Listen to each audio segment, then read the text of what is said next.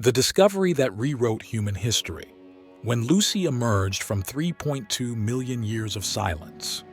On a scorching November morning in 1974 in the desolate badlands of Ethiopia's Afar Triangle, a young American paleoanthropologist was about to stumble upon a secret that had been buried for over 3 million years. What Donald Johanson found that day would shatter every assumption we held about human evolution and force us to rewrite the very story of our species. But this wasn't just any fossil discovery. This was the moment we met our grandmother. The Afar Triangle had always been a place where the Earth revealed its secrets reluctantly. This geological depression, where three tectonic plates meet in a violent dance of separation, had been spewing volcanic ash and sediment for millions of years, creating the perfect burial ground for ancient life. Local Afar people had long known the region as a graveyard of strange bones, but they could never have imagined that beneath their feet lay the skeleton of a creature that would become the most famous fossil in the world. The expedition had been grueling. Week after week of backbreaking work under the African sun had yielded little more than fragments and disappointment. Johanson, then just 31 years old, was leading the International Afar Research Expedition, a collaborative effort between American, French, and Ethiopian scientists. The team was running low on both time and optimism when fate intervened on November 24, 1974. That morning, Johanson was returning to camp with graduate student Tom Gray when something made him suggest a detour through a gully they had surveyed before. "I don't know what compelled me to go that way," Johanson would later recall. "Something just felt different." As they walked across the sun-baked sediment, a glint of bone caught Johanson's eye. He stopped, knelt down, and began to brush away millions of years of accumulated earth. What emerged was extraordinary. A piece of arm bone that was clearly not from any modern animal. But this was just the beginning. As the two men carefully scanned the area, more bones began to reveal themselves. A jaw fragment here, a piece of skull there, vertebrae scattered like ancient puzzle pieces across the desert floor. Johanson's hands trembling with excitement, he realized they had found something unprecedented, a significant portion of a single ancient human ancestor. That night, the camp erupted in celebration. The Beatles' song "Lucy in the Sky with Diamonds" played repeatedly on a tape recorder as the team danced and drank, celebrating their incredible find. Someone suggested naming the skeleton after the song that provided the soundtrack to their euphoria, and Lucy was born. Little did they know that this spontaneous decision would make their discovery one of the most recognizable names in paleontology. But the real work was just beginning. Over the following 3 weeks, the team meticulously excavated the site, working with dental picks and paintbrushes to extract every precious fragment. What they uncovered was nothing short of miraculous.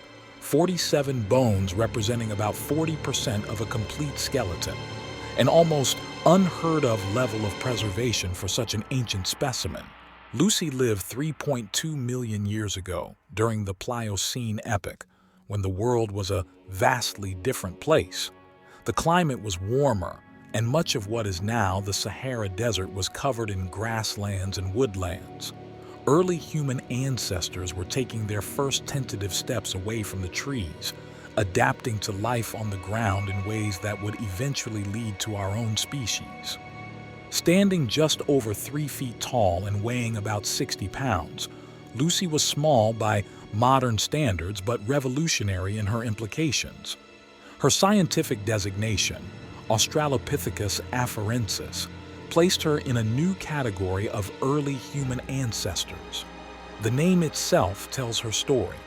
Southern ape from the Afar region, though she was much more than an ape and represented a crucial link in human evolution. The most stunning aspect of Lucy's anatomy was her pelvis. The shape and orientation of her hip bones provided irrefutable evidence that she walked upright on 2 legs, a characteristic that had long been considered the hallmark of the human lineage. Yet her brain was still small, roughly the size of a chimpanzee's, and her arms remained long and powerful, suggesting she still spent considerable time in trees. But here's where the story takes an even more dramatic turn. Lucy's discovery didn't just fill in a gap in human evolution, it completely overturned the prevailing scientific wisdom of the time. Before Lucy, most scientists believed that brain enlargement had preceded bipedalism in human evolution. The theory was logical. Our ancestors became smarter, which led them to develop tools and walk upright. Lucy proved this sequence wrong. Her small brain, combined with clear evidence of upright walking, demonstrated that bipedalism came first, followed millions of years later by the dramatic brain expansion that would characterize our direct ancestors. This revelation sparked heated debates in academic circles. How could such a small-brained creature have made the crucial transition to bipedalism? What evolutionary pressures had driven our ancestors to abandon their comfortable life in the trees for the dangers of open ground? Lucy became the focal point of these discussions, forcing scientists to reconsider everything they thought they knew about human origins. The discovery also had profound implications for our understanding of human uniqueness. Lucy lived during a time when multiple human-like species coexisted in Africa. She wasn't alone. Her species shared the landscape with other early hominids, each experimenting with different evolutionary strategies. This painted a picture of human evolution not as a straight line leading inevitably to us, but as a complex tree with many branches, most of which had been pruned away by extinction. The analysis of Lucy's remains became a masterclass in forensic reconstruction. Scientists could determine not just how she moved, but how she lived and died. Wear patterns on her teeth revealed her diet of tough, fibrous plants. The development of her bones suggested she had reached full adult size, making her approximately 20 years old at death, middle-aged for her species. Most intriguingly, the absence of gnaw marks on her bones and the way they were scattered suggested she had not been killed by predators. Instead, Lucy appeared to have died near water, possibly during a flood, and been quickly buried by sediment, a fortunate circumstance for paleontology that preserved her remains for millions of years. Recent technological advances have allowed scientists to peer even deeper into Lucy's world. CT scans have revealed previously hidden details about her bone structure, while sophisticated computer modeling has helped reconstruct how she moved through her ancient landscape. These studies have confirmed that while Lucy was capable of efficient bipedal locomotion, she retained many ape-like characteristics that allowed her to navigate both ground and trees with remarkable skill. Yet even now, nearly 5 decades after her discovery, Lucy continues to surprise us.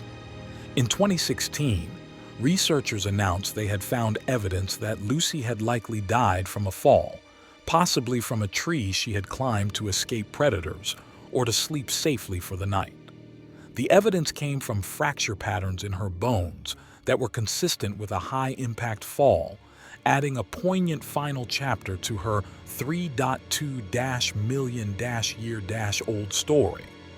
This finding sparked new debates about how much time Lucy's species spent in trees versus on the ground, demonstrating that even the most studied fossil in the world can still yield new secrets. It's a reminder that paleontology is as much about asking new questions as it is about finding answers. Today, Lucy's influence extends far beyond academic circles.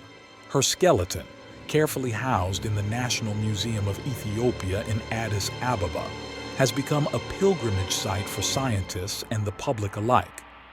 Casts of her bones have traveled the world, inspiring countless people to consider their place in the grand sweep of evolutionary history. But perhaps Lucy's greatest contribution is how she has humanized deep time.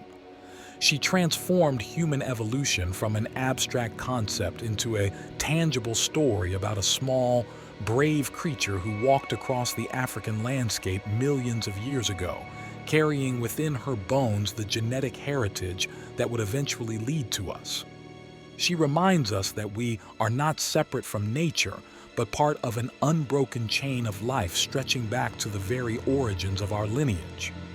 The discovery of Lucy proved that sometimes the most profound revelations come not from grand theories or sophisticated laboratories, but from a moment of curiosity on a sun-scorched morning in the desert. In finding Lucy, we found ourselves, or at least the ancient grandmother who took the first crucial steps on the long journey toward becoming human. In the end, Lucy's story is our story, written in bone and buried in time, waiting patiently for 3.2 million years until a young scientist decided to take a different path home and changed our understanding of what it means to be human forever.